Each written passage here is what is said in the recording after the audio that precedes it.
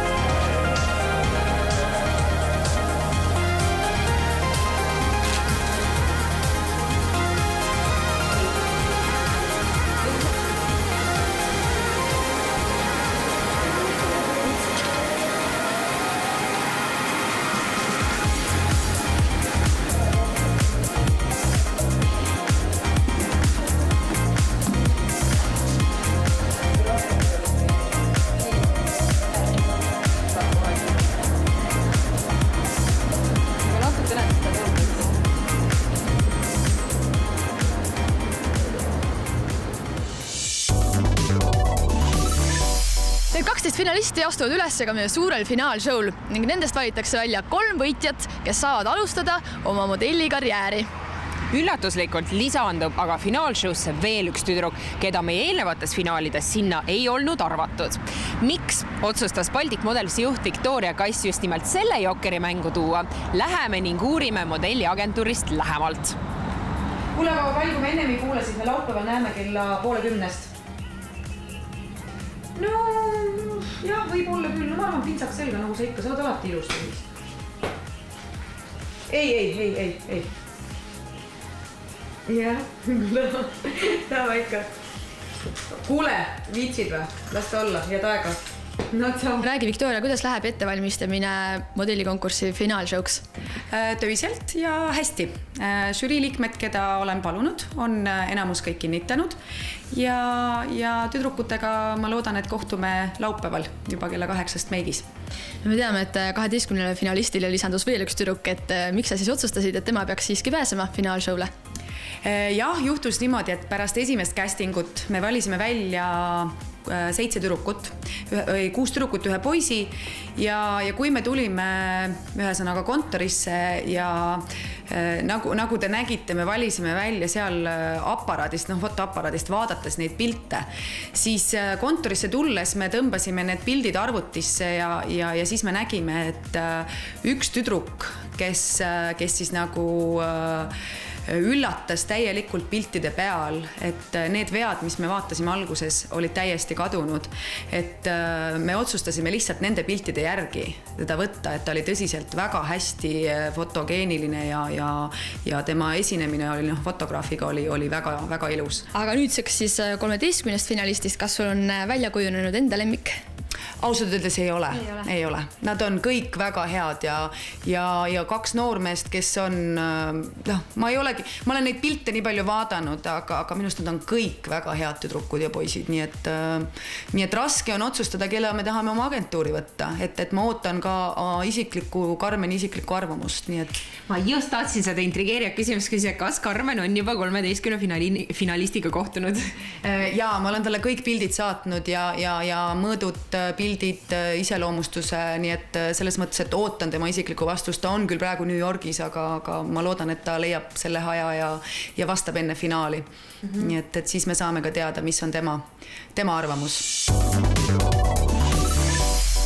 Oleme jõudnud Arukülla, et minna ja koputada Kristina uksele ning teha lähemalt tutvust meie ekstra finalistiga. Äkki tuleb isa ukse vastu? Meil on teile rõõmusõnum. Pääsisite finaali. Tere! Tervist! Täitsa õige inimene. Ja mina tunnen ära.